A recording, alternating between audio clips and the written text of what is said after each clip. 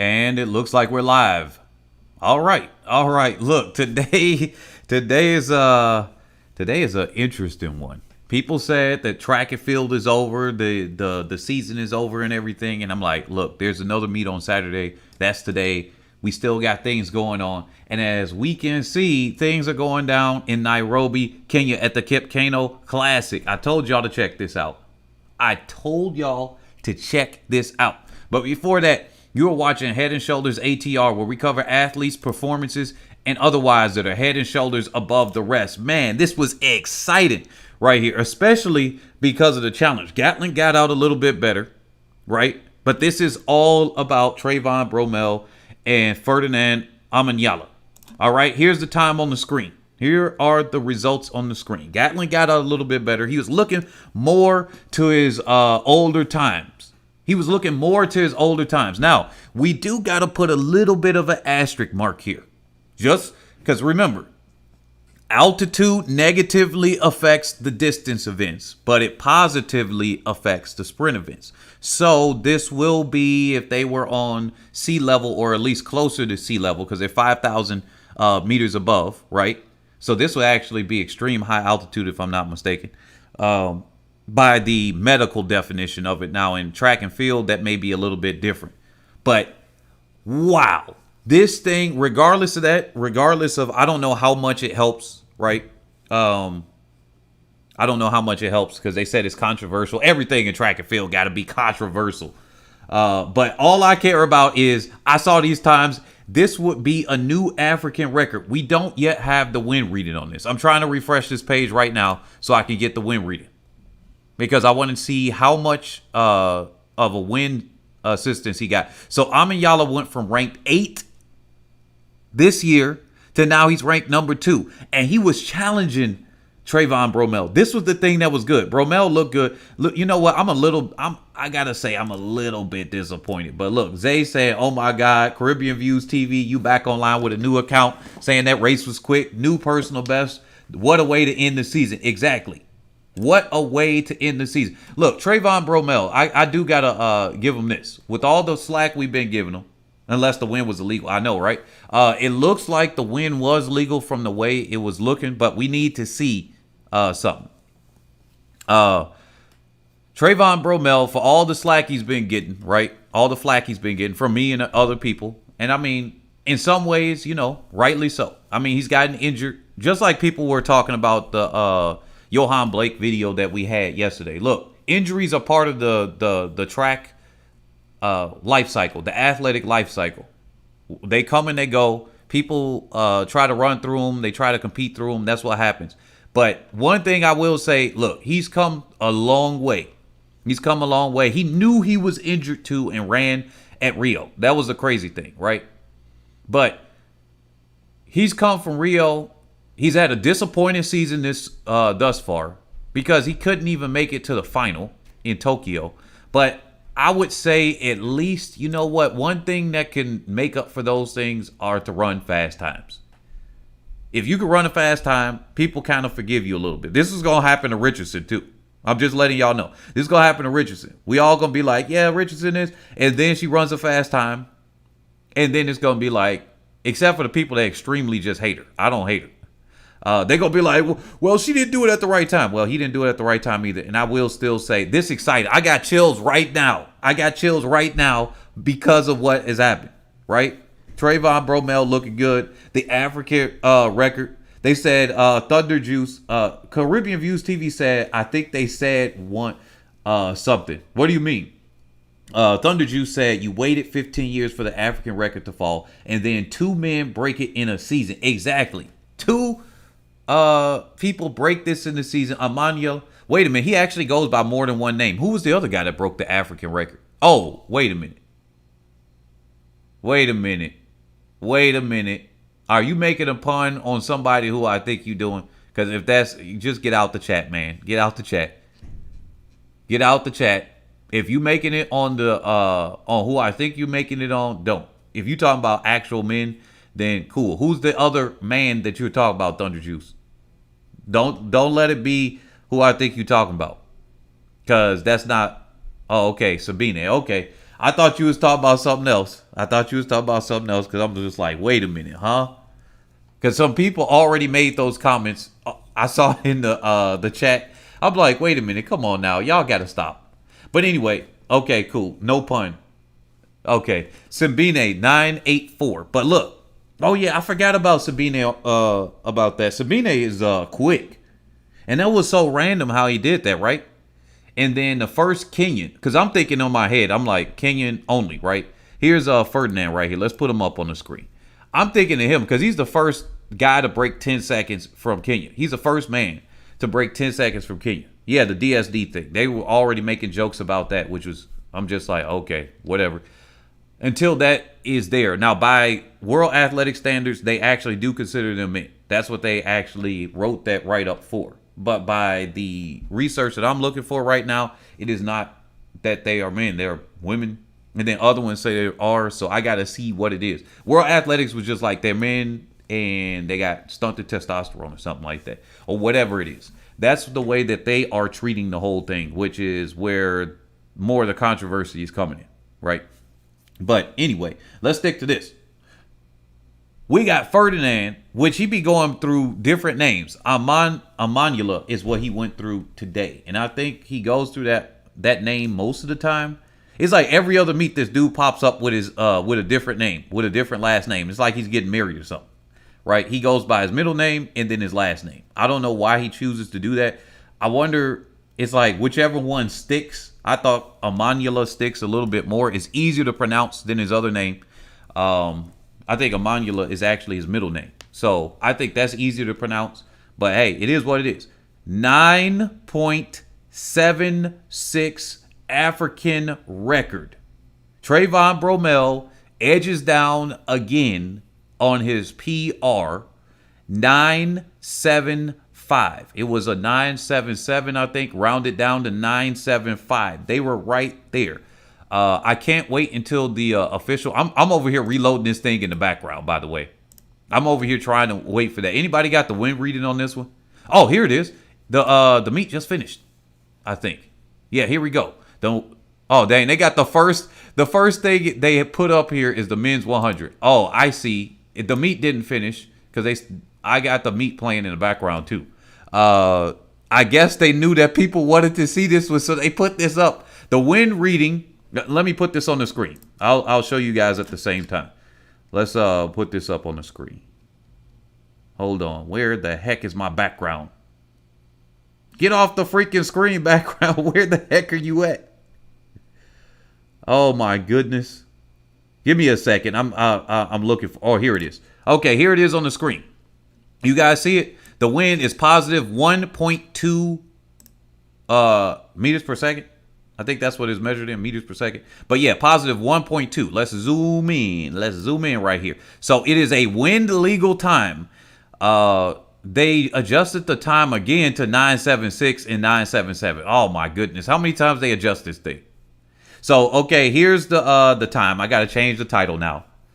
9.77 and 9.76. So still a new PR because Trayvon Bromell, his PR was a 9.77. Now it's 9.76. I wonder if it gets an asterisk. Let's see if it's updated on World Athletics. Since they updated it there, he's got to have his personal best updated here. Let's look at the results. Maybe his personal best. Okay, so they put it on here right now, but his personal best hasn't been updated. Somebody typing real fast right here. We beat them to it. We over here see it in real time, them adjusting the times. So it's a 9.76 for the Kipkano Classic. Let's go to Ferdinand. He should be updated on the world ranking list too. Right? Mashapa said, Kumo Kwezi Mashapa from South Africa. Shout out to you. Dang, son. Wow. Trayvon is number 6 and Ferdinand is number 8. All time. Yeah, this is crazy. Okay, they haven't updated the ranking list here. I think that's because their PRs haven't been updated. But let's look at Ferdinand real quick.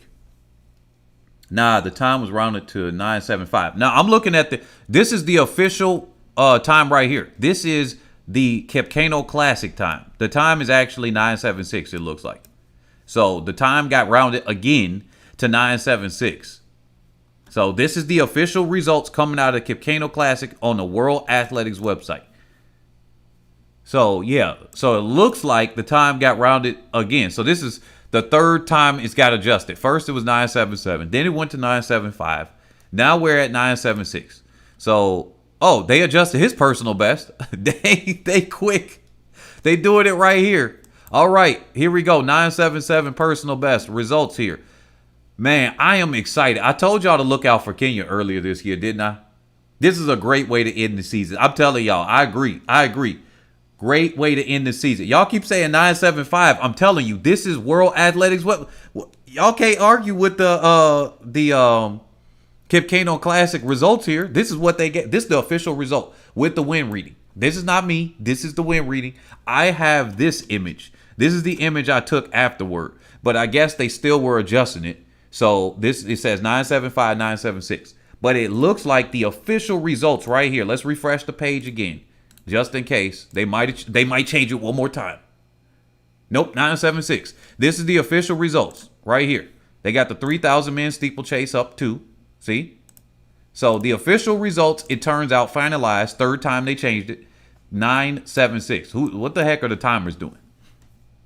So even if they adjust it again, at the end of the day, this would be a new African record, whatever it goes to. I mean, they can't adjust it that much. And see, this is what they say is 975 because I watched it live. You said F they results. I saw the live race. I know what I saw. I don't care what these timers say. This time I saw live, which is what I saw too. You said it's 975. Look. The results from the timer said this. And remember when people said that they made fake times and I said they can't really adjust it that much? At most they could do what, 3/10 of a second or 3/100ths of a second. Here's the evidence right here. If somebody bootlegs a time, at best they can go 3/10 of a second because they're gonna have computerized systems that replay these races. When you have the video, they come back and they put the reaction times in and everything, and then they go over these to double check them. So when people say the times are fake, I'm like, at most they can fudge them by 100ths to 300ths of a second. Now at this point, it really doesn't even matter because at worst he matched his PR. At best, he's got a new PR for Trayvon Bromell. At worst, Omanyala got a slower African record, and at best it's a faster one. This is exciting. Let me do a mention here. Justin Gatlin, I gotta say there, he showed some of his old form in this one. What a way to end the season for real. What a way to end the season for real. Justin Gatlin got out just behind Trayvon Bromell, challenged him for the first 35 or so meters. I think he still was there. He didn't really fade out that bad, right? It was basically once it got up to about 70 meters or so, then they really pulled away at that point. And then Omanyala was challenging Bromell. He didn't get out as hard. He did not get out as good. I think if he got out just as good as Bromell, he would have won this race.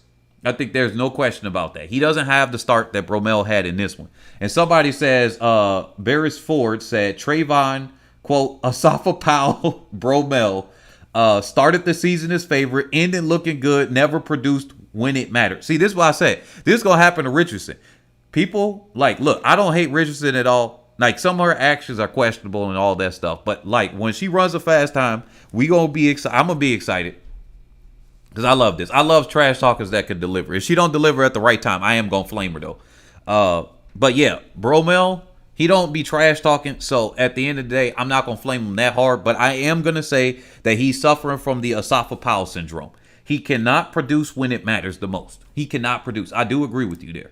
He cannot produce when it matters the most. But I will say I'm still excited about this race. There was a challenge went here. It didn't just go in one direction where he just blew the field away. This is what made it exciting, okay? What made it better is he didn't just blow the field away. He had a challenge, and he didn't crumble under the pressure. He had Omanyala. He saw him there. They accelerated. Omanyala moved. Bromell moved. Gatlin got out almost with him. He would have been able to feel him and see him in his peripheral because he's right next to him. Gatlin got out with him. This was the first challenge. Gatlin got out with him, pushed him through to about 30 to 35 meters. Omanyala came up about what? he was a lane gap, so they had a lane space in there. And then with about 43, 45 meters, Omanyala came up, pushed him. Bromell responded. So about 60, then he pushed back. Omanyala responded back, and it went through to the line. And there was about a meter gap between, well, no, not a meter gap, about a half a meter gap between them at the line. But still, any let up, any no lean, anything that was done differently, Bromell would have lost that race. That's what made this exciting. I didn't even care if this was a 10-5. Now, I would have been like, what, 10-5? The fact of the race, sometimes the times don't even matter. But in this one, it was a fast time, and there was a good dynamic here in the 100. See, that's what makes the 100 exciting. Regardless of the time, sometimes, if you get challenges, and even though the race is just that quick, you can get a whole bunch of stuff going on at this same time. Mike Rogers, he was out of it from the beginning. Everybody else was just kind of, out of it. But there were still some challenges. Kyrie King, he did really well in the middle of the race, challenging the rest of the athletes there. He tried to come back, but it just didn't work. Gatlin got out on him, right? Fall from France. He was trying to do his thing. He tried to close on Gatlin. It just failed. Gatlin capped that third, right? They said, Mr. Max said, I didn't expect a short guy to close like that, right? A lot of people don't expect diminutive athletes. I guess that's one way to say it. Or shorter athletes to have closing speed. But if they can figure out how to have closing speed, it's over. It's a wrap. Kumo said, apparently this meet is at altitude, but based on some of the results I'm seeing, it's not making a huge difference. They could probably run this fast at sea level. Okay, so altitude does positively affect the sprint races. All right. The thing here that I say, Ferdinand is the common denominator here, because this one, Ferdinand ran a 10:01 at altitude at the Kenyan Championships. He went through, he's run 10:01 several times this year. Let's look at his results, actually, because this will make the argument even better. Now, he did this in Kenya. Now, you see this? He's at altitude, 10:02. It was 10:01 when I remember the results, so obviously they adjusted the time afterward. So it was a 10:02. He's running these 10:10s here. Now, you look earlier in South Africa, not at altitude. He's running at 10:06. He's running 10:01 at sea level for Nigeria. It might be slightly above sea level. No, slightly below sea level in Nigeria.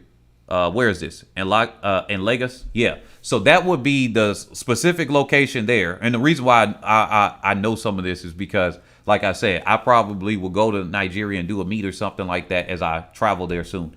So maybe in this next year. So I've been doing my research on different facilities and whatnot, especially as a mid-distance runner. So he's there.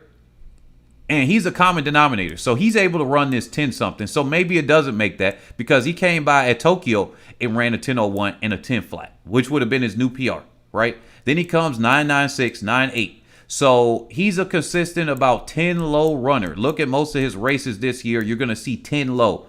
So yes and no. I think it probably could still use an asterisk mark, because altitude has been proven to positively affect, like at Mexico City Olympics. Like, remember what happened there? Well, the long jump. And then that's just like, yo, this is going to be untouchable and everything, right? So there's some controversy there.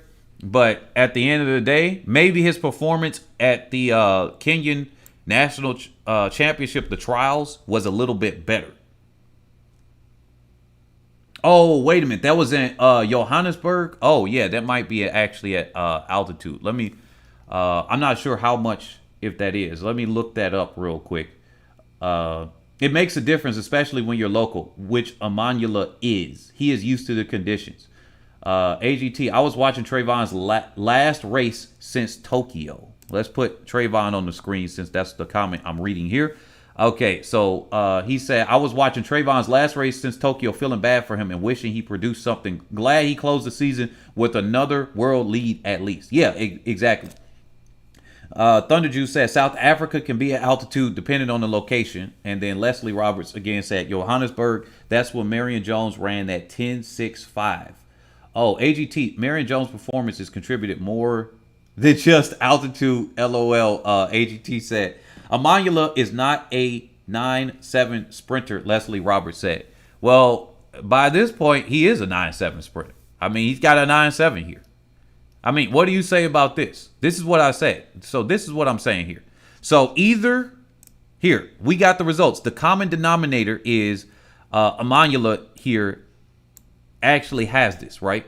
He's the common denominator here throughout this whole thing. This is why I said Kumo might have a point here, but at the same time, see, we got athletes now that are able to produce fast times at non-altitude places. Maybe the science was telling us, or the studies were telling us that maybe not, because Kenya, Ethiopia, and other places where they might have altitude-based competitions, right?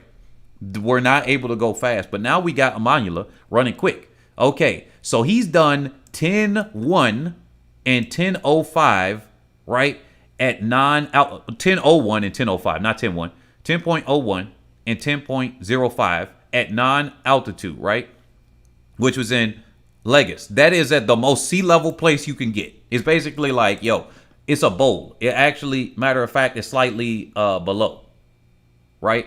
So if you get here and then you come through and then he's able to run a 10.02 at the Kenya National Trials, then he comes to Tokyo, which is definitely not altitude, at the Tokyo Olympic Stadium. That's not altitude. So he comes there and runs a new PR of 10 flat. How can you say he's not a 9.7 runner legitimate when he just ran 9.7? That's what I'm saying. How could you say he's not a 9.7 sprinter when he's consistently at non-altitude? Here we go. Here's Brussels, right? In Belgium, right? Here's 10.02, right? 10.06. He's consistently running 10s. Then he goes here. He's 9.86, 9.96. So he's at non-altitude places with various wind readings, of course. Oh, wait a minute. This was wind illegal. I'm reading this off. Let me look at the wind. But he's over here with various wind readings, and he's consistently a 10 low athlete, and he's done it at altitude, and he's done faster at non-altitude locations. So how you gonna say he's not a 9.7 sprinter? This is evidence right here that this got to be around his time. He's got to be right here, or a 10th or a 100th or so faster or slower. Now, Carla72 said, is that track fast like Oregon and Tokyo track? See, no, I don't know if it's a, no, it's not as new as either one of those, no. So Tokyo is a new track. Oregon is a new track, but it's not Mondo, so it's a different surface. So I think it's going to be hard to compare that, in all honesty. But it's not a new track. The Kenyan track has been in existence before Tokyo. That's one thing I can say, right? That stadium, the track itself is there. They said Andorf isn't at sea level, but it isn't close to sea level. Wait a minute. The thing, Kumo said, the thing about altitude is that even though it makes it easier because of less air resistance, athletes would have run there or trained there a bit, end up getting faster when they go to sea level. See, that's what I'm saying here. So if you say with Ferdinand here, he's training at altitude. Remember, if the sprint event is all about power, and they say testosterone and all of this stuff, right? It's all power. I always wonder why somebody that's at altitude can't run faster. If it helps you at the distance event from having more oxygen, and oxygen is the resource of the power in our whole body because we need that, right? Then how come somebody that's at altitude doesn't also have an advantage? And I think it comes down to one thing: training. I think that's what it is. Because I said I want to relocate to Kenya to start training their sprinters over there, the pole vaulters and other things, if whatever it is I can get to.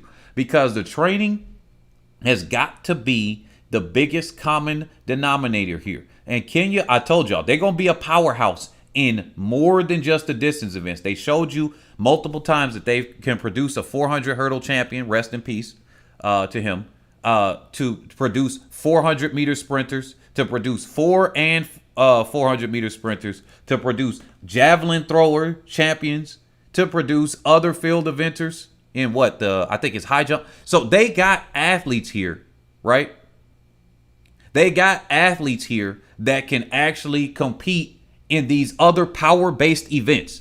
If you can compete in the 400 hurdles and the 400, forget the 400 hurdles. If you could compete in the 400, yes, sure. The times at the time that he did it were a little bit slower, right? And even in the 400 hurdles, it wasn't a quote unquote quick time, but for years, you got athletes going 48 and those are the winning times, right? You need power to do that. The difference between the 100 and that is they need the training. They need the training. So yes, I think that places at high altitude going to help you in the sprints too. When you get the right training, they should, in theory, in my mind, in my hypotheses here, be the fastest athletes overall in the sprint too, if they can get it. Now, the problem is the higher chest cavity or the larger lung capacity and longer chest cavity could hurt them. Let's look at Ferdinand here. He will have a larger chest cavity. Now, that depending on how the body is. I don't know how that works. Now, that's the thing I don't. I would love to see studies about that. But now he's about to prove something here of what I've been thinking for years, that somebody at altitude should be able to be fast in these other events. And Kenya been trying. They've been trying. Now, let me read the comments here. Let's see. Henry Opwaka. Opwaka. Hey, how do I pronounce your name, Henry? Opwaka. I like to pronounce people's names correctly here whenever possible. I know you guys don't like, he said, I know you guys don't like it when we blacks perform. Wait a minute. All right, Henry, stop with the victim mentality here. Just stop. The people here on this channel are almost certainly majority black people. All right, just stop with the victim mentality. I hate when somebody has to preference it when it's like when we blacks, when we this. Man, get over it for a second, right? Most of the people on this channel, including myself, are brown skinned just like you. All right, just stop. Do you notice that most of the videos on mine are about Jamaican sprinters doing well? So who do you think are about to be watching Jamaican sprinters, right? Some of the people are not going to be black, right? But come on now. Come on. If most of the people are from Jamaica, Jamaica's predominantly what? Like just let's get it. But here, let me do this. He says, and I'm quoting him now. Henry Opwaka said, I know when you guys don't like it when we blacks perform, but I tell you, you'll have abide by it. He's a 9.7 and he'll still perform better than that. I believe he'll break Usain Bolt's record. And then he said, Leslie, stop hating at us. And then Leslie Roberts said, that's what I meant. He is not a 9.7 sprinter. Training at altitude is beneficial for distance, only for distance runners. It's not beneficial for sprinters. I don't know about that. Sprinting is anaerobic. When you train at altitude as a sprinter, you get accustomed to less barometric pressure. If you're a distance runner, training at altitude is harder to breathe. So when you get down to sea level, it's much easier. It's completely opposite for sprinters. And then she said, I'm not hating. These are facts. Kumo said, Leslie is half right. Sprinters also benefit from altitude training, but the distance runners get better benefits. The longer the distance, the more obvious the distance becomes, or the advantage, I think is what you said. AK, hater detected, can't deny a guy's best performance. He's been breaking his own national record. Good job to him. And then with the Kenya flag. Okay, look, let me just put it this way. Leslie, here go the facts. The facts are Ferdinand has run 10 low. I just said it over and over, and somehow it's not computing to you. He's run 10 low at places that were not altitude in Nigeria, because that's sea level, and at places that were altitude in Kenya. And he's done it at not altitude in Japan and other places. At Andorf, you said something about whatever, right? What was about Andorf? Let's look at let's look at the altitude. This is what I like to do. I'm about to pull this up for us live right here. So let me put Ferdinand on the screen and see what the altitude of Andorf is. Let's look at altitude. What the heck? Really? Get out of here. You just said something about this. This ain't altitude. This is not altitude. This is even lower than Oregon. And Oregon's not how altitude. 1,100 feet above. That's 346 meters above sea level. Get out of here. Get out of here. You know the qualifier for high altitude is darn near 2,000 meters above sea level. It's 2,430 meters above sea level, somewhere around there to be high altitude. This ain't nowhere near it. This is like Chicago. Certain parts of Chicago have an elevation that gets up to somewhere around here. And I'm from Chicago. We ain't high altitude. What the heck? Nah. Come on. See, this is what we do it. We prove it live right here. So no, you can't take away from his performance over here in Andorf. What are you talking about? 98699 here. See, this is what he's doing. So that's the thing. Henry said you're right. So Leslie Roberts said, I've never heard of a sprinter training at altitude to improve performance. You know why you've never heard of a sprinter that trained at altitude to improve performance? It's the same way that athletes wouldn't have trained in altitude before to improve their performance before the African athletes start trouncing the heck out of everybody else. Once they start trouncing them, then they started looking at, wait a minute, altitude means something. Jim Ryan, he grew up he had a large chest cavity from the USA. Tell me why he had an advantage over everybody else. The first American high schooler to break 4 minutes in a mile. He had a large one. In Kansas, he grew up in the mountainous region in Kansas. Now, Kansas in the Midwest is flat, but in the area that he grew up, he had himself at high altitude. So he had a larger chest cavity than everybody else. His lung capacity allow him to compete better. But you would think the place in Kansas would be like, oh, that's Midwest. It's not anything. But where he grew up in had a particular advantage to him. Now, when the Kenyan athletes start trouncing everybody, this is what you're going to see. People are going to adjust based on who beats them. If you ain't beating them yet, they don't need to go over there. Because why would you train at high altitude when there is no inherent advantage to you if somebody at high altitude is losing to you? But when they start beating you, now the questions start to go. It's just like the DSD. If they don't win, nobody questions them. If they start winning, they start getting banned. That's exactly what happens. So the athletes were there before, no questions being said. Oh, everything's going perfectly to score. Right?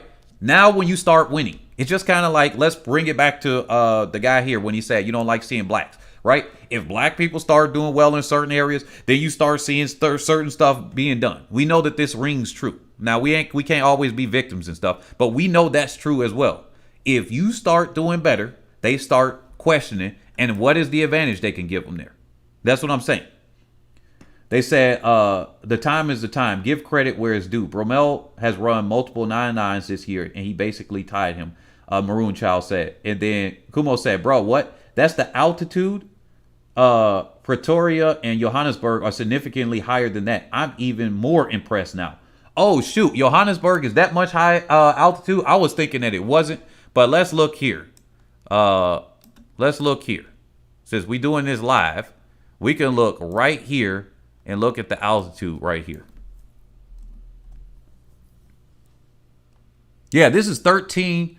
So it's still not. So Pretoria is not high altitude, but it is much higher. It's 1,000 meters extra elevation than Andorf. So here it is. We looking at it right here. So look, I'm gonna give credit where credit is due. I am so happy that this is a fast time. Omanyala is proving everybody wrong that somebody from Kenya, somebody from Africa cannot run fast. Same thing with Simbine. Let me bring him up in here because he came out with a fast time too. Let's refresh this. They should have adjusted the rankings list chart right now. Here it is. Omanyala. Ain't this crazy to see a Kenyan athlete as world ranked number 2? Forget that. Wait a minute. Let's appreciate this for a second. I got to screenshot this. I'm going to screenshot this real quick. Actually, let me take this back. Let me zoom out. I will zoom out for a second so I could get this whole thing. Oh, dang it. But nah, here we go. This is crazy.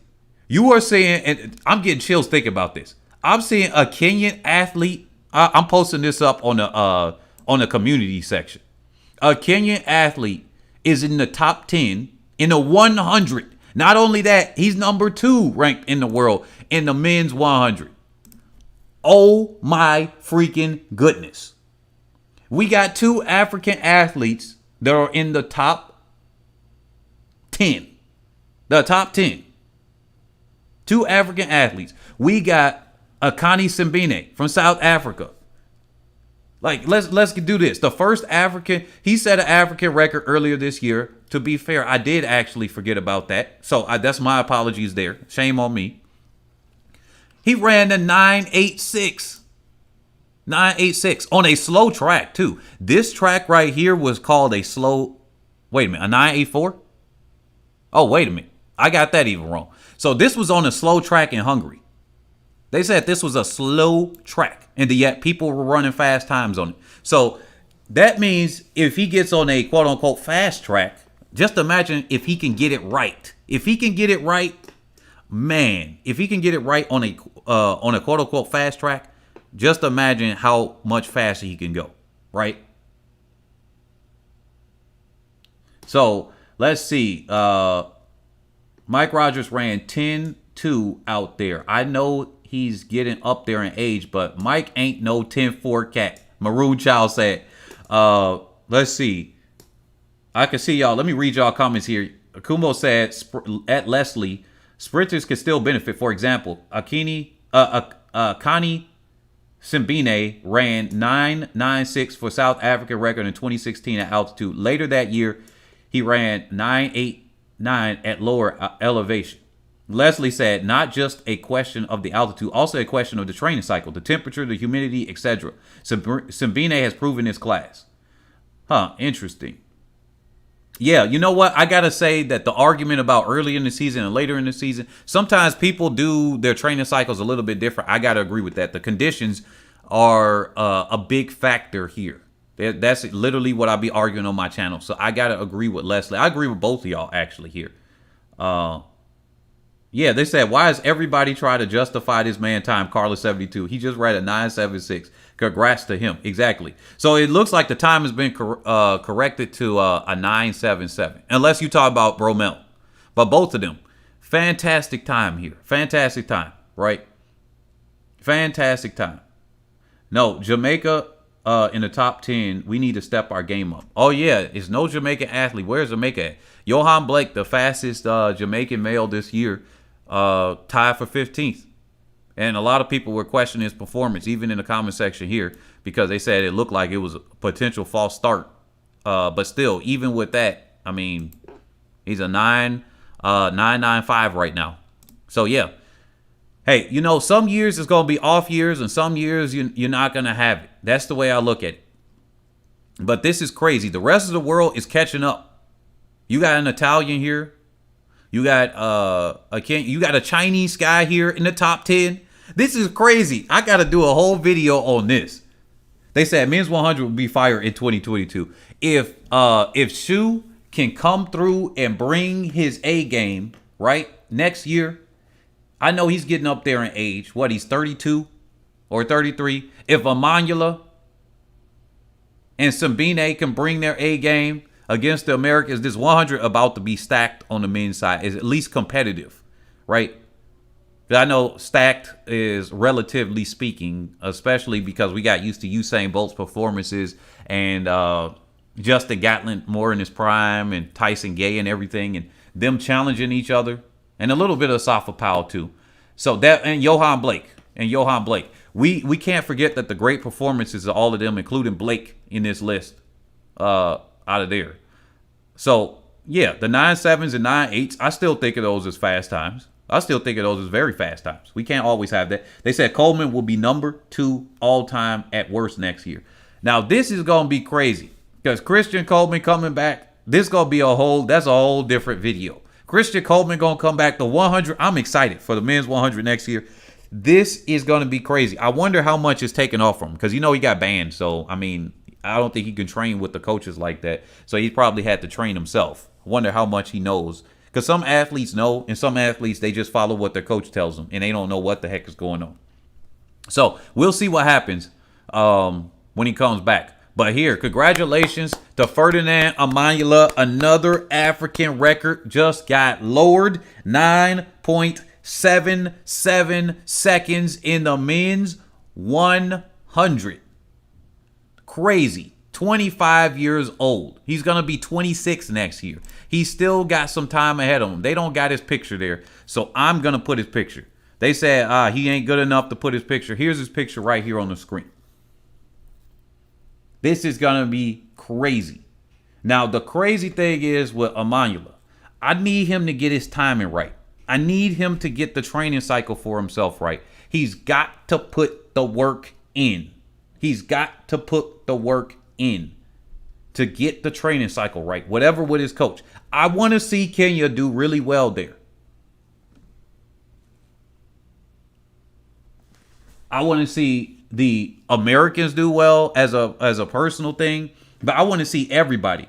They said, holy crap. Kumo said, is this the season with the most sub 9-9 sprinters? Yo, the sprinters are getting mad. DeGrasse needs to work on his start, and he will get up there too. Wait a minute. Let's see. Let's actually look at this real quick. So how many do we got under here? Sub 9-9. So this is 1, 2, 3. So that's 11 athletes at least sub 9-9. I don't think 2020 had that many. No. Let me look back in 2012. 2012 might have had more. No, it's 7. Interesting. You just had a lot more talent at the top end right here. But yeah, there were only 7 athletes sub 9-9. You know what? That's a good point. I'm actually gonna do my stats on this. I don't think I'm gonna do that or have enough time to do that live here. Even though I'm kind of looking at this now. I'm actually gonna look at this and see if this is the season. Because if it is, that's gonna be crazy. Kumo, shout out to you if you caught that one. Oh yeah, and by the way, thank you all for contributing through Cash App and PayPal. Camellia, as always, thank you. Shout out to you. Let me do another check in the PayPal if it'll allow me to freaking log in and check that right now. I want to shout out to the people that are here doing that. Give me a second.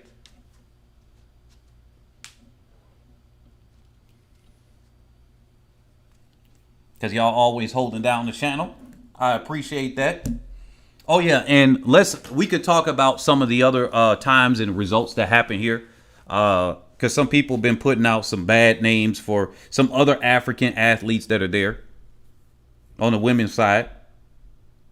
We got them downtrodden them. But thank you for everybody that has donated and contributed to today's broadcast. I appreciate it. I really do. Let's look over to the women's 200 really quick. Choose event. Let's go to the men's 200. Oh, yeah. Fred Curley. He's got a new PR.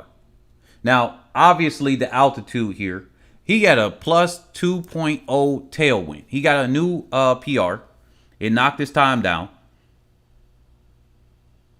This is Fred Curley. He did pretty well in this race, too. He came by and got a new PR as well. Now, he had as much tailwind that's legally possible right here. So you got the max legal tailwind, a 19.76 200.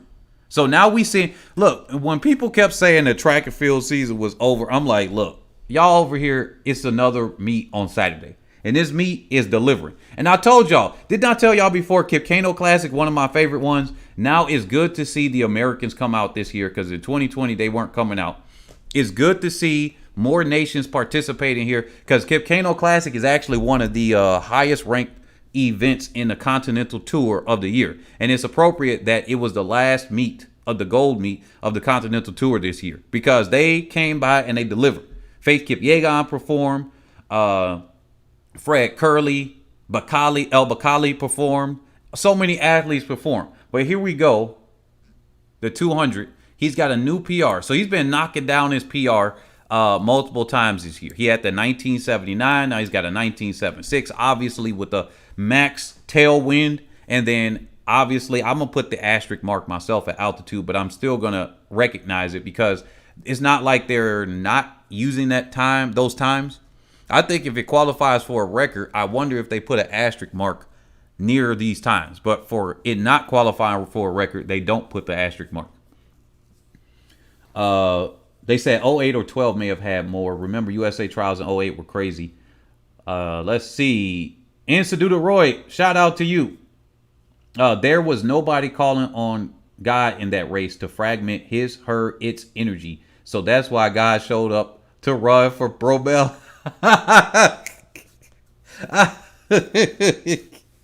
Hey, y'all keep making jokes on Bromell because he be saying, hey, God has helped me and everything. Why y'all be doing that, man? Why y'all be doing that, man, like that?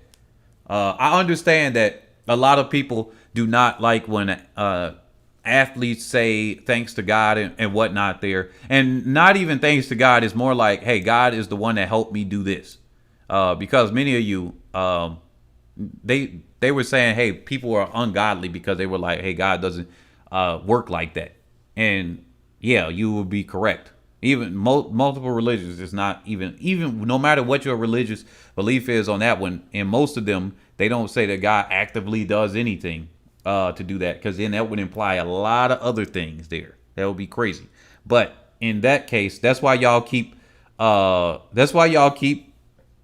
joking and slamming this guy over that, man. Come on now. Y'all know it's kind of like an American thing to do that. I noticed that when I listen to meets, it's like the Americans would be like, we shout out to God all the time. So I don't know. It's an American thing. So Head and Shoulders ATR. Isn't there another meet in Norway today? Yeah, it was a meet. It was a silver or a bronze meet that happened. They said this season is going on longer than I thought. I thought it would have ended with the Diamond League Zurich final. See, this is what I like to appreciate here too. So I'm gonna let this populate because they got some more sprint events.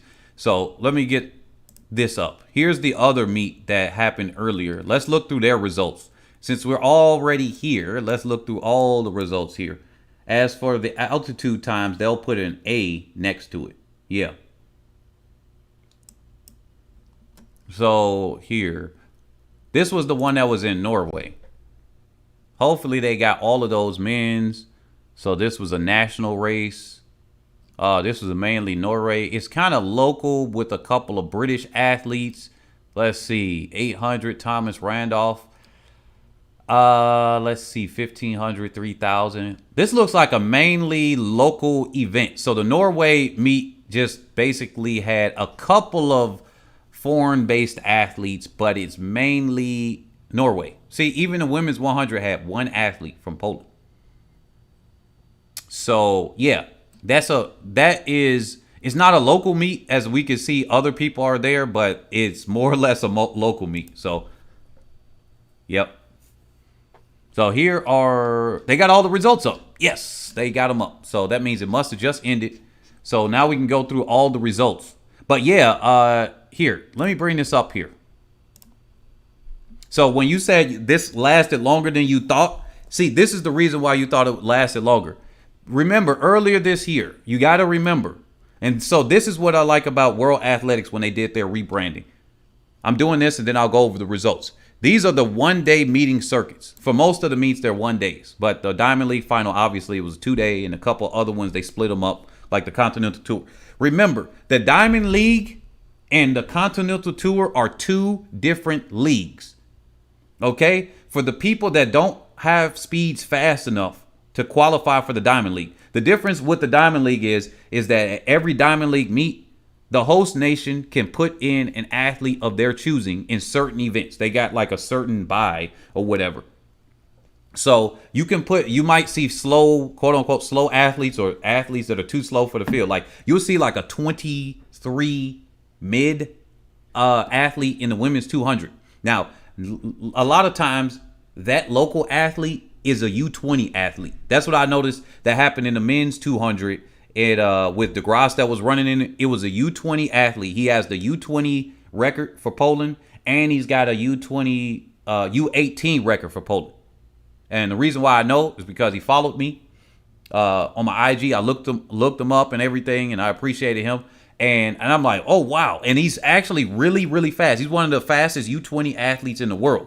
So from Poland. So he's going to be somebody to look for. And when I noticed that, I started looking at the other athletes and said, oh, they're not just anybody that they put in. They try to put in somebody that can get some experience in these meets. So the Diamond League, you have to have quality times or qualifying times or something like that. Whereas the Continental Tour, if you're not fast enough there, That's where you go to try to put in your fast times. And obviously, quick athletes run this too because money is money. Appearance fees are appearance fees. But you got to remember that. That's the two. The World Indoor Tour, which is like the Continental Tour, but for indoor, that's a separate league too, right? And then World Athletics Challenge. So definitely go over to this page and look at those. But these are two different leagues. And then you have track meets that are not in either one of these, like the USA's, what is that? Track, darn it, the ATL, right? The ATL. That's not going to be included on this page because it's not by World Athletics. It's USATF's thing, or it's its own doing. Then you got track meets that aren't in any of these. So there you go. That's why we got that. And he said, Kumo said, I saw 32.49 for Varholm there, but I didn't see the distance. Really? Interesting. So here's the men's 100. As we see, the final results are 9.76 for Trayvon Bromell with the winning time. Ferdinand Omanyala, congratulations to a new African record. This is one of the most exciting 100s I've seen the entire year, and it ended off the year. 9.77. Justin Gatlin in third, 10.03. Right? And then people, they're following Kyrie King. What's the word on people being upset with Kyrie King? I think we got some fans here of Kyrie King. So shout out to them that he has a fan base here.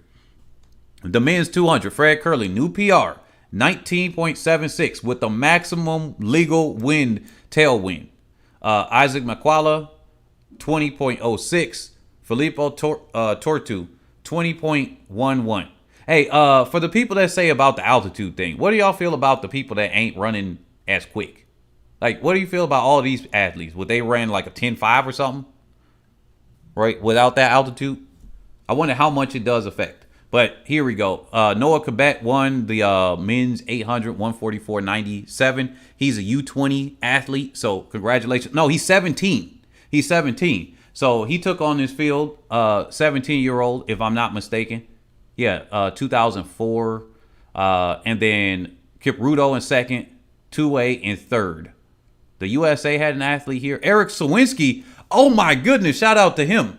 He's been pace setting a lot more recently, and he's from Iowa. So I always love to see Eric Sawinski. I didn't even notice him in the field. I don't even know why I didn't notice him. 1,500. So 335.99 by Ketter is second. Sadiki 336. Kasaye 338. Men's 5,000. Crop, another young athlete, 13:23.50. Then we got Kameli in second. Kipling got in third. 3,000 meter steeplechase. The Olympic champion won this race 8:21.20. He had an awesome photo shoot with the rest of the field there. El Bakali with the win. Kibiwat in second. Bayu of Ethiopia in third. Javelin. We got Alexei with the win. Johan in second. Timothy in third. Women's 200. Here's the thing right here where people were making jokes about the African athletes. So here are two DSD athletes in the field. Senyi is a DSD athlete, as well as Christine Mboma are the DSD athletes here. So you will be seeing that they keep bringing this up every time as if we don't know this. But obviously there are different people watching these meets sometimes. But here's the thing. So why did they say that? They said, I don't think the altitude made that much of a difference. I thought it would be way higher. I heard people saying it would be 6,000 meters. I think the others didn't run as fast because they're gassed. Yeah. Kumo said. So I think it's 5,000 here, 5,000 meters or so above sea level. But actually, let's type this in before I get into what I was about to say about the women's 200. Nairobi altitude. Is it 17? Oh, wow. That ain't even that much. Now, wait a minute. Huh? What? This is lower altitude than I thought. Now, wait a minute. It depends on certain locations in Nairobi because that is wherever that stadium is. Let's see. Moi International Sports City. Kasarani, Nairobi. Let's actually look up what that is and see what the altitude is there.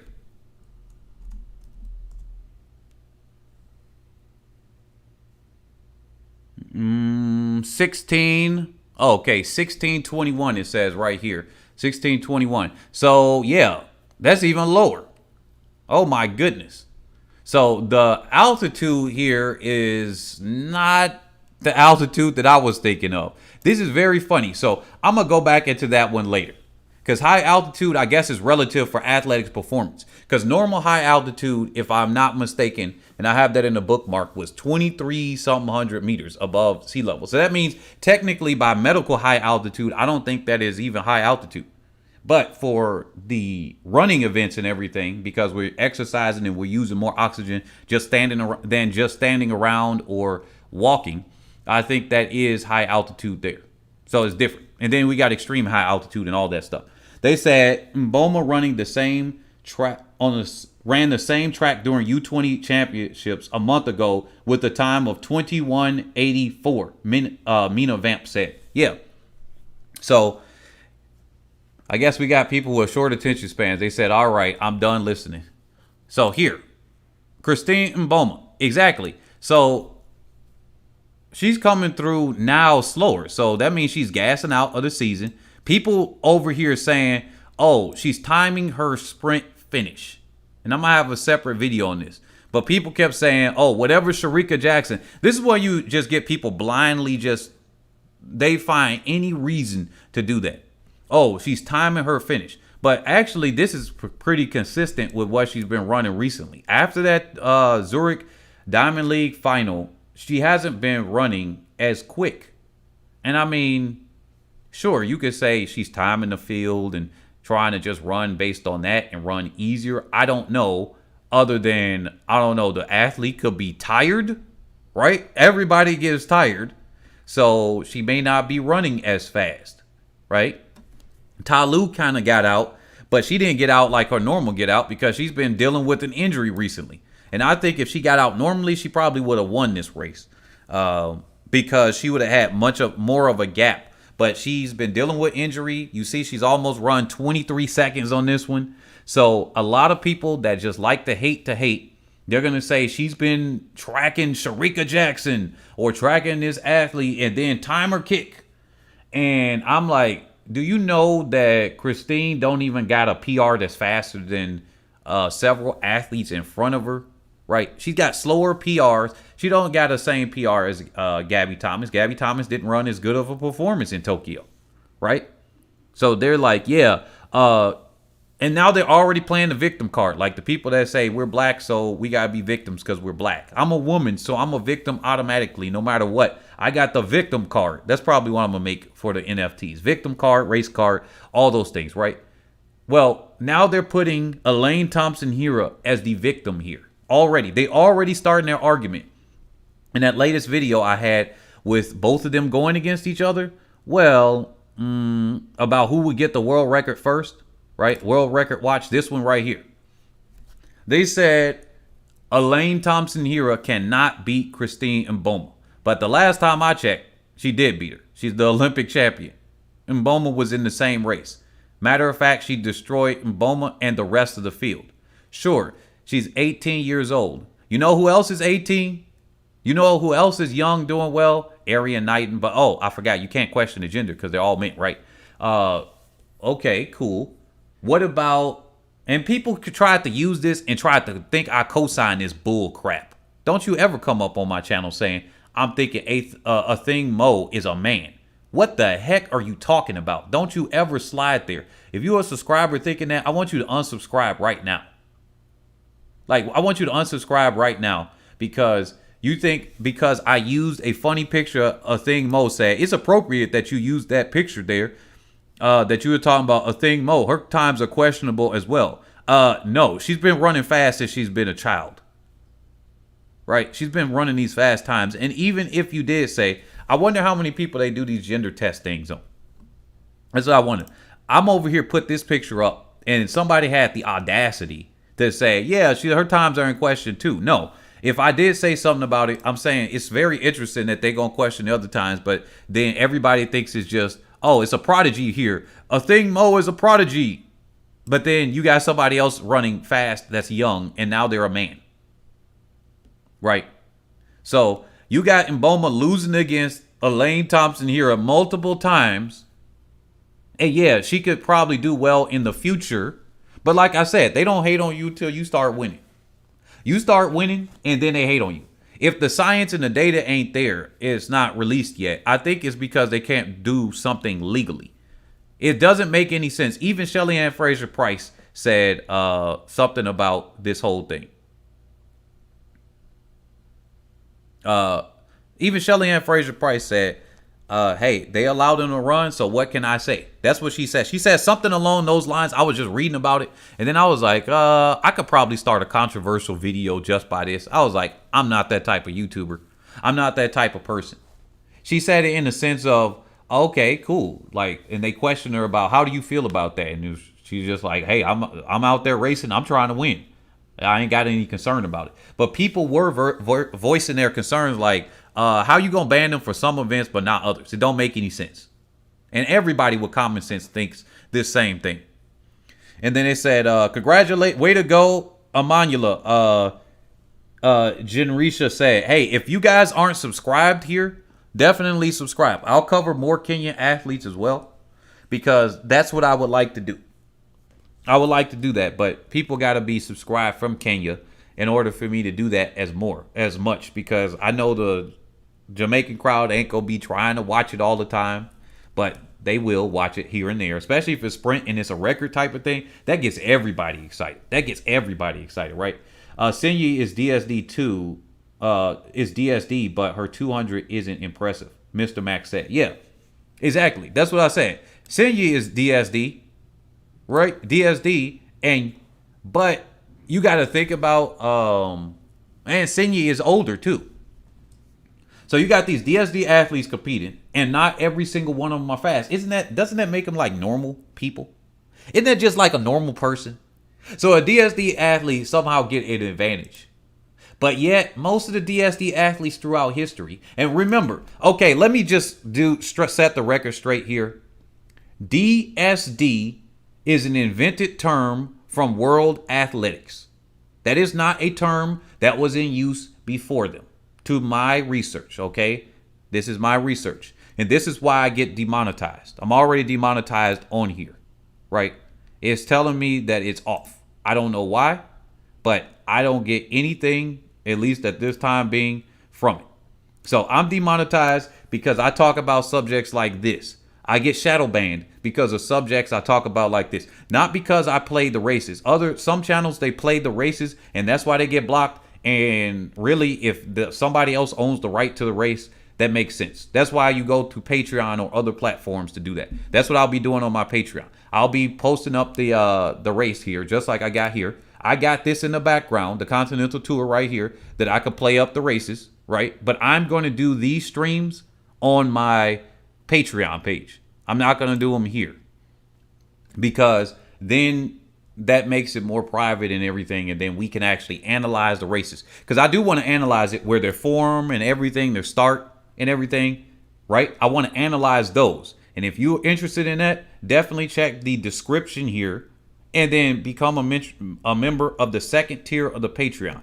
And then we're going to be doing those. Matter of fact, I should just start doing it. And then when people are signing up, they'll already have those videos there. So that's what I'll be doing. So right now I've been waiting for more people to come in. But hey, I'll just do it. And if people come, if and when they come, they come. They'll see the history there. But Sinyi is over here, ain't getting a headline because she ain't running fast. Like I said, they only hating on people that's running fast. They got a complaint when they're running fast. If you're slow, if you're there, you put your head down and you stay in place. You stay in place right there. That's what they want you to do. That's how it is in other things. People bring it to race and stuff and all types of stuff. They say, put your head down, bow down, you good servant, and you stay in place. If Sinyi ain't winning, if Mboma ain't winning, they wouldn't have said not a thing, matter of fact. And I saw what they did. They said athletes, when I read the press release or something like that, They said athletes that showed fast times, they said, bruh, wait a minute. Kumo said, bruh, hit YouTube with a Uno reverse card and demonetize them. Well, see, that's why I said when people contribute through PayPal and Cash App and crypto. Crypto is a way where you can do it because Cash App is only available in the US to my understanding. And then PayPal is anywhere. But those people that contribute there, that's not helping YouTube make any money. So that's where it's just like, yo, that helps because you don't let the middleman take the money. So that's a way to do it. And I found this out from another guy I follow because I be putting in big bags on his donations and everything. Every time he has streams, he has 4-hour streams and whatnot too. So maybe I take after him. But he has his stuff, and he even mentioned something like that because YouTube's taking like 40-50% of the funds when you do a super chat. Although when you do a super chat, when one person does it, it helps with that, right? So, and YouTube likes that, so they share the platform. So that's why I said, hey, look, I appreciate everybody that comes out. But back on this, Christine Mboma, they said that if athletes show a fast time without a history behind them, then that raises the eyebrows, and they do that test on them. So when Christine broke 49 seconds, that is when they decided to test. No, matter of fact, they decided to test when Christine ran 49:24. That's when they decided to test, right? And then after that, because the results didn't come in yet, she had already ran that 48:50 something. And that's not on the World Athletics top list. The 400 and 1600 meter rule, Mina Vamp said, the 400 to 1600 meter rule only came out to ban Semenya, Nyanzaba, and Wambui from running the 800 when they swept the podium in Rio Olympics. It's not based on scientific evidence. I think that's pretty obvious right now. And the Supreme Court of Switzerland sided with World Athletics because that's where they're based in. So they're trying to go through, there was 3 of them. The Sport of Arbitration sided with them. The Supreme Court of Switzerland sided with them. And then there's one more case going on right now that Semenya is currently engaged in. We're going to see what happens there, which is the with the European Union, I think, to talk about a human rights issue. Because they'll tell us that the science says that a trans person, now here we go, I'm about to be hit with this hard, that a person can decide if they want to be a man or a woman. They can decide because they think so, right? Because that's what that is. You feel, you know how many times we feel a certain way? You might feel somebody loves you, but you're wrong. You might feel that you see the mirage image because you're feeling, you're like, wow. You might feel, it's called, you're sick, but you're not. What is that? A hypochondriac or something like that? Whatever that thing is. Hysteria. There we go. Hysteria. You can have mass hysteria. Your feelings are real to you, but they are not actually real in reality. So you can feel that you are a man or a woman, right? But you could be wrong. But because we allow people to now say, oh, it's a safe space and everything, cancel them if they say anything against it, right? Well, they'll say that that's scientifically based, but then somebody that's born, however they're born, they're going to say, oh, that's an unfair advantage because you don't want to take the estrogen shots that reduce your performances and your abilities. What was I looking up here? Oh, yeah, I was supposed to go to the women's 400. So they're going to say that somebody that's born how they're born, that's an unfair advantage. Isn't everything in track and field or sport an unfair advantage? Should we start banning people out of the NBA because they're tall? The short people are at a disadvantage. Yes, there's a couple of short people here. Literally a couple. Or 2 or 3 short people. Somebody around my height, right? And comparatively to them, they're giants. And I'll be looking at them and doing my thing. And then you got the shortest person in the league doing Muggsy. Dang it, I forget his last thing. I'm going blank there. But he over there, he showed like, hey, I can still do it. It's an unfair advantage to him or anybody else that want to try out. How about we ban them for being unnaturally tall? Sure, somebody can have too much testosterone, quote unquote, right? That's what they'll say, right? They can have, quote unquote, too much testosterone. If that's the case, take Christine Mboma's all of her times down. Don't just count this one and not the 4854. Don't count this one just because it happened before the test. Don't make any sense. So yesterday, Christine Mboma didn't have too much testosterone, but today she got it. So only today we gonna discount your times, but yesterday's time, because it happened before that, we're gonna count it. That's how they do it. They said she got banned from the 400 the day after she ran a 48.54 in Poland. They actually did the test before that one, but the results did come out after that, until after that. So that's why the ban happened so late and everything. They said, yes, Mboma and Masalingi both got banned when their times were mid 48 and mid 49 respectively. See, this is why I said, 49.22 is the time that they put up here, right? But yet, and still, the 48.54 is still marked here. That doesn't even mark as a personal best. It's just stupid. It's just stupid. 48. This is why I got demonetized on a Blessing Okabari. And I imagine when I asked the overlords at YouTube to remonetize this video after I finish the stream, they're not. So I'm going to put this probably on Patreon, or cut out all of the sections after this and put this section on Patreon. Because at this point, like, look, I'm not going to do nothing for free on these things, right? That's why I appreciate when people contribute, because I'm not doing a charity, and this does take a lot of time and research to do these things. And I think everybody understands that that's fair. So that's why I appreciate all the supporters and everything. But yeah, it's kind of crazy what they do. And then they shadow ban. I'm trying to, one, grow the sport. Two, I can make some money while growing the sport, but also show you guys how to do marketing and grow your money for the athletes that follow this. Because you don't even have to be fast to do the good marketing. We know that in tennis. We know that in track and field for sure. We know that in all types of things. That's not how money works. That's not how sponsorships work. So they said 48.54 is Continental Tour. Why isn't it counted? Because they don't want to count it. That's called politics here. That's politics. They wiped away the time in South Africa, but they had the audacity to leave this time here, but then don't count it. Why don't you wipe that one away? Why? Because she only got tested in South Africa, so that's the only one. Like, that's stupid.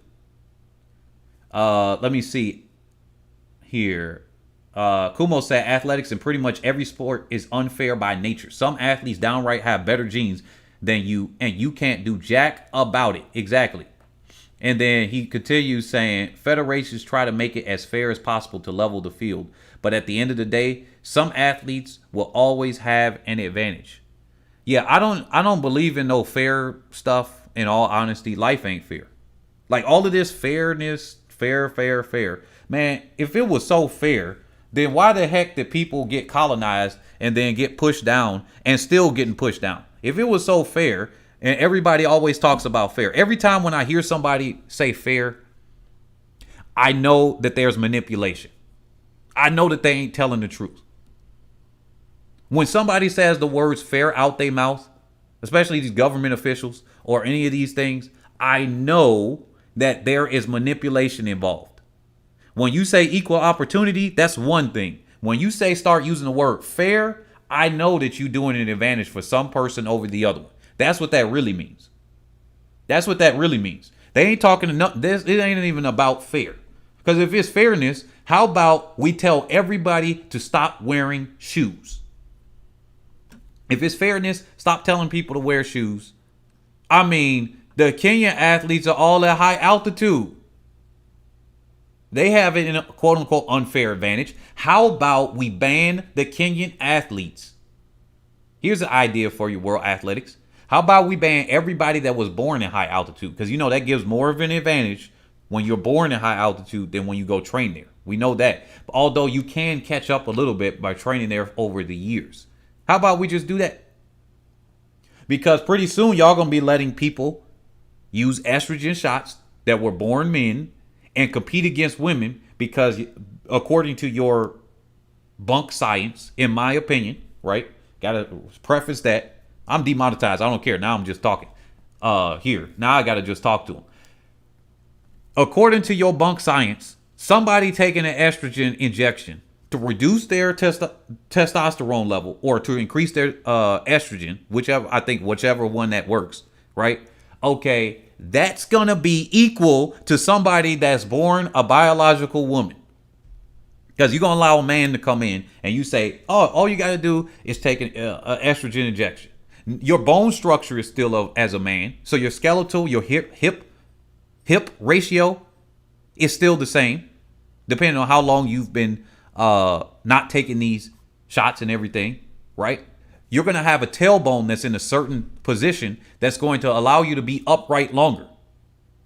So it's different from somebody that's born that way, which if that's the case, then you just got to give them their own category, right?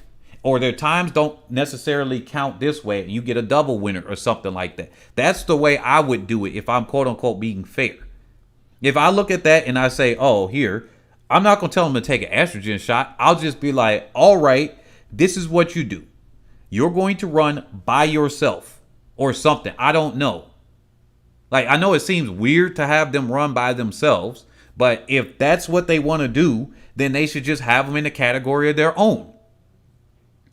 There's somebody in the triathlon, I think. They don't have enough athletes competing. So what they do is they have this one person that has a disability or something to compete in the same. Oh, no. It's I think it's the marathon. Matter of fact, they don't have enough marathon athletes to compete with this guy with his disability, I think.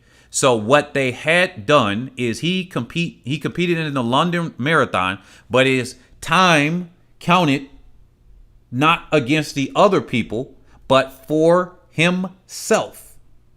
And then so at the Olympics, what he does is he runs in the 200, which is way different than a marathon. It's like, wait a minute, you can't really compete in the 200 after doing a marathon. But because there's no category for him, they say, okay, we don't have a marathon for like the Special Olympics or something like that for you. So what you could do is you could do this. It's a 200, I think the 800 or something like that. He goes to a lower event. There's not enough athletes competing. So what they could do is just, okay, here's one person by themselves. Now, one person doing the marathon is just probably not going to work. You can't shut down the city, and that's just too much money. But that, to be fair. But you can put an extra heat on the track for what 1 or 2 or 3 athletes in these fields, and you can have them in their own separate category. Because especially if you don't want to say, well, this person beat everybody else, but they're not the actual winner here. Here's the winner. And you don't want to have that awkward situation. Okay, put them in their own heat. That's what you could do. That would be better than saying you're banned because you got born a certain way.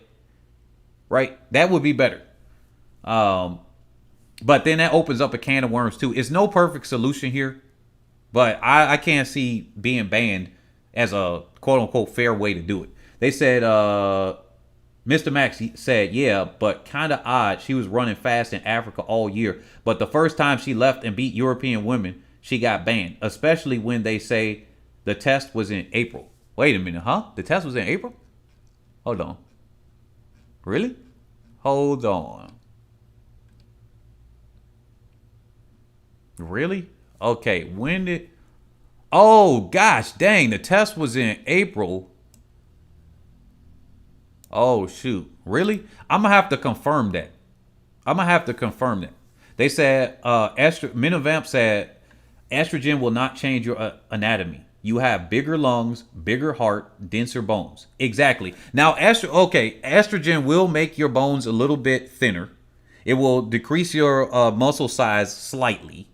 This is what I looked up from, because they talked about the soy thing as making people soft or something like that. That is a myth. So when they say soy boy for people that are vegan, I'm vegan myself. You actually have higher levels of testosterone in your blood when you are being vegan. That's one thing. So if somebody want to have more testosterone in themselves, all you got to do is go vegan. Now, you have to eat properly or else it's going to hurt your athletic performance. In my case, it's helped me, right? But according to the studies, look, I'm a study buyer. So if you could point me to a study, I will pay that $5,000 for that study and read all of the facts on it. If you tell me there's a study out there, I will look and pay, because that's what I've done. After I went vegan, a couple of months after that, I started just buying these studies up so I can actually look, because not every study is made the same. They have to have a proper control and everything like that. Now, there's the myth that soy is going to soften you up. There's a certain extent that it does if you eat. It's like extreme levels, and it's almost impossible for a human to even eat that much. But there are people that can't eat that much. It's just like telling you that rice is unhealthy. And it's like, well, most of the Asian people, but specifically Japanese to Chinese, have eaten rice over millennia and they were not obese. So, hey, it is what it is. So let me see. This is what happens when you run at high elevation, Anthony Clark said. What happens? And then Mina Vamp said, the rule is very light. You have to only be on estrogen for at least a year. 1 year of estrogen will not change much at all if you are born a man. I think you got to take it regularly, though. You got to be on at least 1 year before you can switch over. But you have to then be taking it regularly after that. It's not that it's 1 year. That's what the rule would be. It would be 1 year before. But yeah, I find it very strange that if the test was in April, they did announce it right after this. And this is what I was saying, that it was the Europeans that tried to stop Castor Semenya. And then so people were like, oh, it's a race thing. And I was like, yeah and no, maybe. Because just like Kumo said, yeah, that one is hard to me. Because it's like, yeah, I kind of want to say that. But then I also look at it like, well, so I thought it was against Laura Muir. That's what I originally had thought. And then people were like, well, she only had placed fourth one time to Semenya. And I was like, that's all it takes. It's all it takes. It's one time you take somebody's medal that they don't want. And then they're going to say, all right. And then they swept. So there is no chance. And then they were like, well, Castor only ran this one time. I'm like, well, Castor was not the only now so-called DSD or androgen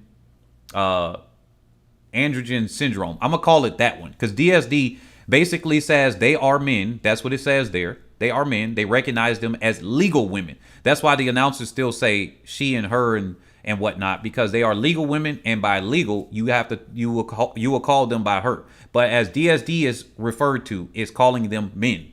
Read their paper that they put out. They are men. They said the DSD focuses on athletes that have the XY chromosome. XY chromosome. So you can have XXY, and I guess if you have one Y chromosome or something like that. In the past, they said somebody had too many Y chromosomes. That's what they said in the past. I remember that was like 2006. So anyway, let me wrap this up here, because that's, like I said, it's gonna be a different one. There, they said DSD athletes are not the same as transgender athletes, and people clump them the same category without deep understanding. Mina Vamp said. Yeah, that is exactly right. Somebody that is saying they're trans would be, I feel like I should be a different gender. That's what it is. Look, I feel like I should be a different gender. Just like the what's her name that said she felt like she wanted to be a different race. When we get into Bozo the Clown territory, man, that's just what it is.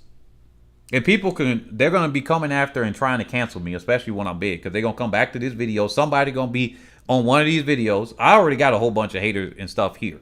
Whether I personally recognize, like I said, anybody could be the alphabet community all they want. I could be alphabet community for all you know. Even if I am or not, right? Let's just say that. I would never change my mindset on what a fact is. I will never change my mindset on what a fact is. I could be whatever I want to be, right? I could be rainbow. I could be straight. I could be crooked.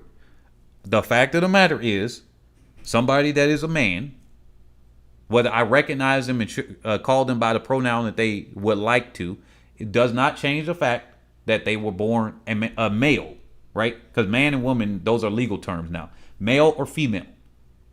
Everything in these societies are being changed around so that we can argue and have this huge gender war that's unnecessary.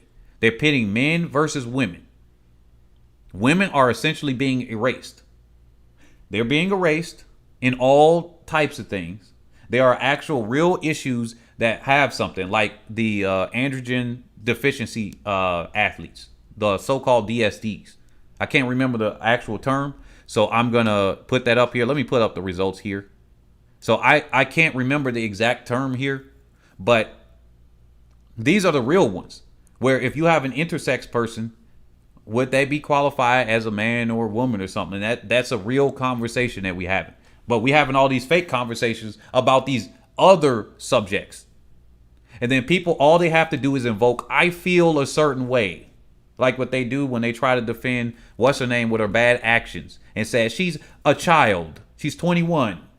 That's not a child, sir or ma'am. She's 21. She's an adult. So when we're looking at these situations, we got real hard conversations to come up with. And this is one of them. This is one of them. It's a legitimate, hard conversation to have. But the way they banned and did the Caster Semenya rule, now that's foul. They did that because they did a profile and said, okay, if she's doing this good here, she can't be good at these other events, right? And then it's starting to backfire against them because they didn't anticipate other athletes coming in. They were like, well, if you're a good 800 athlete, you can't be good in these other ones. Because even Tim Hutchins said, Tim Hutchins even came out and said, oh, the science says that these athletes have an unfair advantage in the 400 and 1600. Now, all he's doing is he's quoting out what they telling him. So this isn't him. This isn't him. He's just reading what he's supposed to. He's an announcer, right? But he came up and he said that, and he said it looks like they may have to, it's going to open up the debate because every time they run a fast time, now there's more and more questions there. Okay, if this was scientifically based, then wouldn't you already know ahead of time if this is an unfair advantage? Oh, I forgot. Wait a minute. Never mind. Science isn't an end all be all, right? Then this isn't even being sarcastic. Science is actually a constant study. So technically, yes. And if they don't have enough data, just like I was trying to tell the individual earlier, that high altitude, just because somebody hasn't run fast from high altitude yet, doesn't mean somebody from high altitude can't have an advantage. It's just that they haven't had good training. It might be more pronounced in the longer distances. So then your nation focuses on that. Where you focus, your energy goes. So the energy of Kenya, the energy of so many other places. Oh, wow. Thank you. RT Mind. Thank you. RT Mind with a big Cash App. I appreciate it. Thank you for that contribution. Shout out to everybody else as well. So, yeah. I need to adjust something right here. All right, I adjusted that. So they said exactly now, how Niyonzaba is killing the long distance field. Soon she will dominate Hassan. Mina Vamp said. Kumo said, someone felt like a different race. Bruh, what's next? Is someone going to try to sexually identify as a lamp? That he over here laughing. Yeah, there is somebody here. I forget the lady's name, but look it up. Just say, you probably could look it up and say, white woman that identifies as a black woman. And she grew up, she tanned her skin color, crinkled up her hair or something like that. And then people kind of clowned her later on. And then she was like, yeah, the discrimination we face and everything. And I'm like, isn't that privilege that you can do yourself like that? Like you can actually go from somebody else, like, because you can't be a brown person and no matter how much you bleach your skin, you got to have heavy plastic surgery on top of that. And you're going to look like, I guess you can at worst look like one of them plastic surgery people, and then your skin is going to be extremely pale or something like that. But yeah, you could technically do it. It's going to be a lot more expensive, right? It's going to be a lot more expensive. But yeah, this person did identify as a black woman. He changed from a white woman, identify as a black woman. We getting Bozo the Clown stuff here. That's a new extreme. That's a new extreme. We can have people that be like, yo, I'm in with the homies. I'm in with the everybody else. But when you start doing that stuff, I was like, well, I identify as a billionaire. Now, that is my goal. But I identify as a billionaire, or I identify as, I don't know, anything. Like, we getting that. Even one of my sisters talks like this. Everything is an opinion. Nothing is a fact. And everything is, Yeah, you just got to put on a VPN. Somebody said Flowtac changed the. Somebody from Flowtac. Oh, you got to change the thing. Change your VPN to Romania, and then you might be able to see it. You can go to World Athletics and be able to do that because they have rights where they have, and that's fair. That's rights that they have, and that's only fair. That's why I said I'm gonna start putting these things up on Patreon. No offense to anybody else on that thing. I'm gonna do analysis. I'm not just gonna repost races. That's not gonna be my thing. But I am gonna do live race analysis or previous race analysis on Patreon. That's part of the plan. But yeah, Rachel Dolezal. Yeah, there we go. Rachel, that lady. So that's crazy. Mr. Max said the Namibian National Olympic Committee says they tested Mboma in 2020 and she has XX chromosomes. Really? Huh, interesting. So I'm going to have to look that up, Mr. Max, because on the Namibian Facebook page, matter of fact, let me bring it up right now. Here we go. I already had this one up. I pulled this up the other day because I was like, wait a minute. So this athlete right here, people were questioning. They said, look at the groin area of Johannes, the marathon runner. And I'm like, okay, here go yet another Namibian athlete. Johannes has been competing at, what, 4 Olympics or something like that? Or at least 2. She's 4-time Olympian. Yeah, it says it right here. And they question her gender. I was like, at what point do y'all just say, you just find somebody to you think they're ugly, so therefore you think they're ugly, so you call them a man? That's what's happening right here. Bruh, D'Angelo, you trying to change the subject. We not even talking about that now. We already passed that. So they put Mboma on here. So the Namibian National Olympic Committee, they all in support of their athletes and everything. So this is very interesting that they have them on there. So I'm going to look this up. But yeah, there are people out here talking about Johannes. And I'm like, wait a minute. Ain't she been? And that's why I said, man, people, when they hate, when they have hate in their heart, they just going to say anything. They just going to say anything. They said, Kumo said, this generation is so weird. Just for laughs, I'm going to identify as a Saiyan. You know what? That's what I'm going to start saying. You know what? I'm a Saiyan now. I am a Saiyan. That might be part of my intro now. You know what, Kumo? You just gave me a good idea. I'm a Saiyan. So, but anyway, so I'm going to be like, I'm your local Super Saiyan. Something like along those lines. So I'm not an earthling. I'm not your normal Saiyan anymore. They said this article said that Mboma is XX chromosomes. Okay, I'll look that up. I will look that up, actually. Because if that's the case, then what changed? So maybe that's why they said these times are valid, but this one isn't. But this one is too. But they're not going to count this as a time. Because maybe, I guess, something happened through puberty. And so now there's more. I don't know. That's weird, right? So we're about to see. We're about to see something. They won't let you post the link. Email me. HeadAndShouldersATR@yahoo.com. So it's just the title of my YouTube page all together at yahoo.com. I think I could put you on a list where it allows you, but for some reason, yeah, YouTube doesn't allow links. You can get around it by putting a space. Matter of fact, can you put a space? Email me right now. Here's the Yahoo email right there. Which coincidentally, if somebody wants to contribute, I got a shout out to myself real quick. If you like to contribute, that's the same email that you can use with PayPal now. All right. I gotta do that. All right. Let's do that. Let's look at it right now. If this is true, this is gonna be crazy. Because like I said, DSD is a classification that they said they focus on people with XY chromosomes. So transgender athletes might actually qualify under DSD. Now, that's a weird one because it says XY chromosomes. If I read the World Athletics paper correctly, it said they have to be identified as women as children, but they have XY chromosomes. So in this case, that could actually contribute to the transgender whole debate there as well. So Let me know when you sent the email. Matter of fact, let me refresh. I will refresh the email right now. Let's look at this. All right. Leave me a comment when you sent the link to it.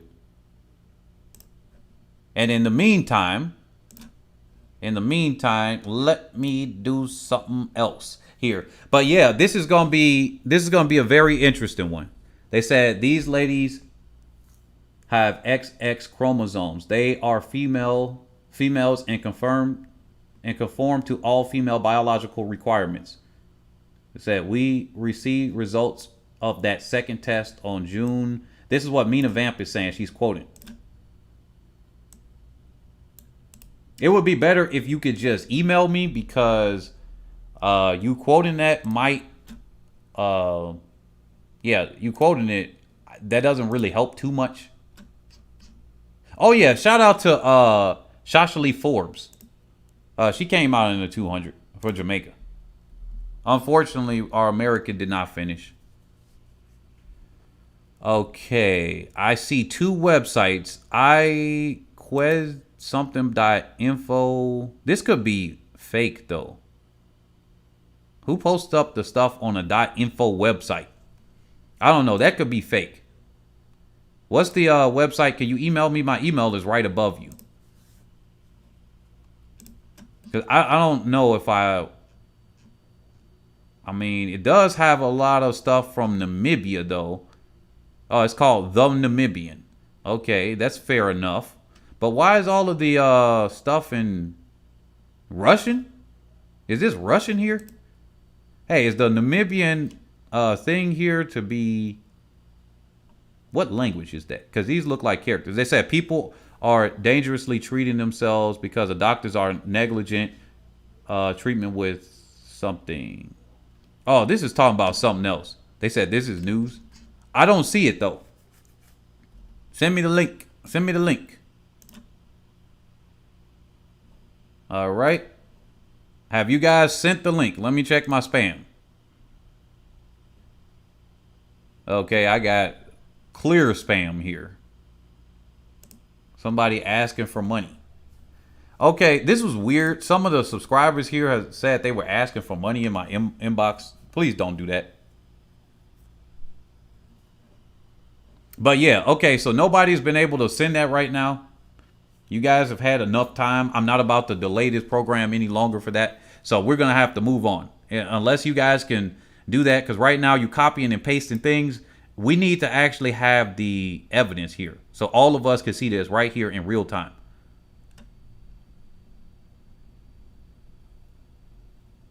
Right.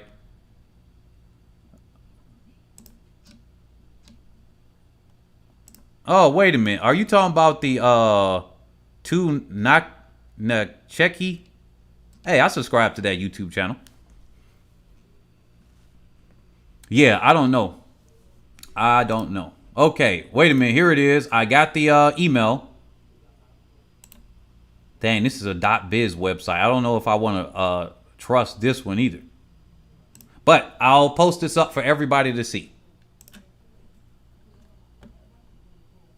Okay, Mr. Max, what was your link? You said it couldn't, unless you both are the same person? Mina Vamp and Mr. Max? Is that what he's telling us today? All right, we're all about to see this here. This is the first time here.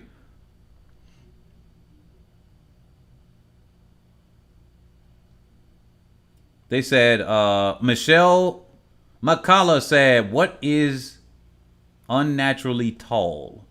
The fact is, male and female do not race together. If a runner hormone profile is not like that of the other females, they should not be in the same race with them. Put them... And I think you might be continuing here. Namibian National Olympic Committee grossly disappointed with World Athletics handling of Masalingi and Mboma case. So this was July 9th. I'm gonna have to double check this, but for now we're gonna read this here. Let's see. Speaking to the Namibian. Oh, okay. So that's what the website I had picked up, but I didn't see the article there. They must have taken it down. Zhao Goob accused World Athletics of breaking a confidentiality agreement with the NNOC after the global governing body removed the 18-year-old pair from the list of qualifiers for the 800 meters. Both found high levels of testosterone. Last week's ruling means both of them would not be able to compete. News came just days after Mboma registered the fastest time over the distance, 7th quickest all time. Suggested would join forces with other national Olympic committees who have felt marginalized, quote unquote, marginalized by World Athletics in a bid to challenge the ban after the games. So they're going to challenge this after the games. Let's see. With the world champion El Wazid Nasser 2-year doping ban, Mboma had looked to be one of the favorites. Let's see. I'm trying to summarize. Oh, Mr. Max said, mine is Yahoo News. Okay. Let me see. Let's look at the Yahoo News one as well. So we're going to bring up both of these here.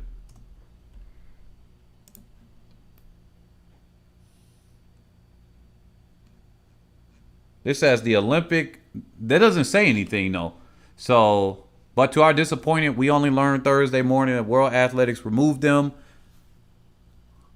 Insists that the rules on testosterone levels exist to protect women's sport, but others have criticized them for infringing on human rights.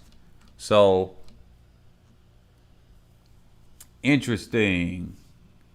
I don't really see anything here from what I'm looking through as something that is, I don't know. Let's see. Shout out to you 2Time. Thank you for the Cash App. Namibia will join forces. Okay, for now we want to focus on the girls here. Inside the Games has contacted World Athletics for comment. Okay. Okay, I'm going to look at the resources here. Let's look at Yahoo here. This was 2 days before that article was written. Namibia blast them. Okay, so I'll just have to look at president of the Namibian National Olympic Committee. Oh, okay. So this is the president of that. Okay, so that's why. I'm glad that they said that they are XX chromosomes. Let me see. XX. Okay, here it is. That's what I should have done actually on the other page. Let's see if this quotes it as them having XX. Nope. Wait a minute. It does have it. Where is it at?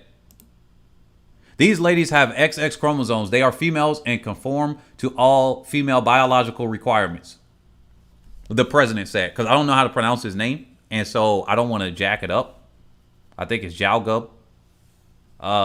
So yeah, we received the test results of that second test on June 30th, 2021. We shared the results with World Athletics Science Head. They promised they would conduct their own test to verify and subsequently come back to us. But to our disappointment, we only learned Thursday morning that World Athletics removed the times. We did not receive any further communication to this effect, and I would say this is grossly disappointing. Okay, so what they said is they did their own test. Their own test came out with a different result than what World Athletics did. World Athletics, instead of contacting back to them, announced to the world and / removed their times.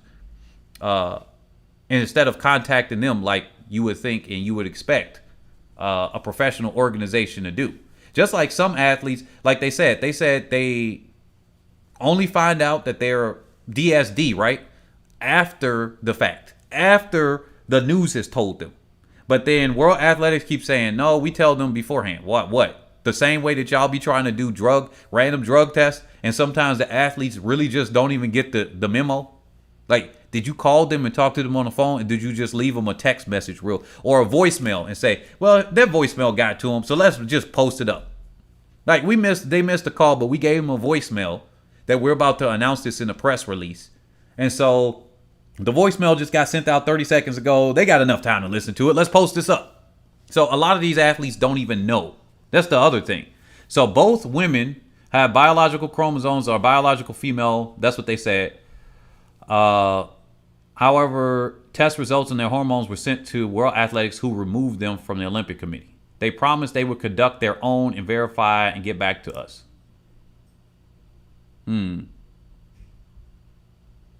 So basically, they didn't. Dang. Oh, here it is right here. That's what I said. Look, it says not eligible for female classification. Remember, DSD means that they are men. So all of them saying her and she and whatever in for the announcers is because that's a legal classification. But as far as, because that's women and female are different as far as when it comes down to the court system. Like a transgender person can be a woman, but not a female, because female is biological, and then man and woman are the terms on top of that, which is what they have distinguished behind it. So in the court system, now I've learned this because I looked into these things, right? So, yep, that is what it says. That is what they're saying. Namibia's, yeah, so that's very interesting. They said, this line makes me so angry. Girl, you are so freaking amazing that, well, we've determined you're not a girl. Please hand in your Olympic hopes and dreams at the counter and have a nice day, is what he said as a quote. Dang, Jim the Fly said. So, yeah, it's really weird. It's really weird. So this is what we found here. I'm going to do some more. This says, scroll back up. You missed the quote. I'm just looking through it really quick because I don't want to keep y'all too long, because I'm going to look into this. But thank you for these websites. I'm going to double check where they got their sources from, because I don't want this to be an article written and then they quote an article that was written already. I need to see where their sources. I'm going to do proper journalism. That's only right. And then when I have the proper information, I will do a full YouTube video. This is just the potential information right now. This is all potential. This is all, what is that? Allegedly right now, because I cannot confirm that this is not, the media release. This is the Facebook page. Hold on.